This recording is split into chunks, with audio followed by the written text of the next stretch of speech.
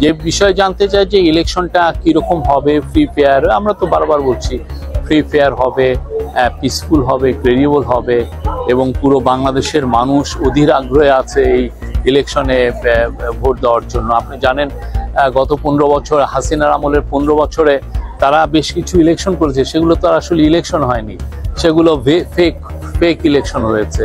হ্যাঁ, তো এইবার প্রথমবারের মতো আমাদের দেশের 12,60,63,00,000 লোক একটা খুব ফ্রি ফেয়ার ইলেকশনে ভোট দেওয়ার সুযোগ পাবেন এবং অলরেডি দেখছি লট অফ এক্সাইটমেন্ট। আমরা যে ইয়াং ছেলেদের সাথে কথা বলে দেখি যে খুবই lot of excitement.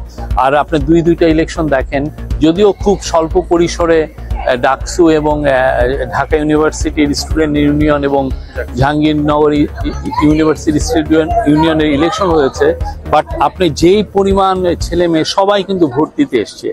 High turn আউটকে আপনি এক্সপ্লেন করতে পারবেন এইভাবে যে সবাই আসলে অধীর আগ্রহে তারা তাদের ভোটাধিকার অ্যাপ্লাই করতে চায়।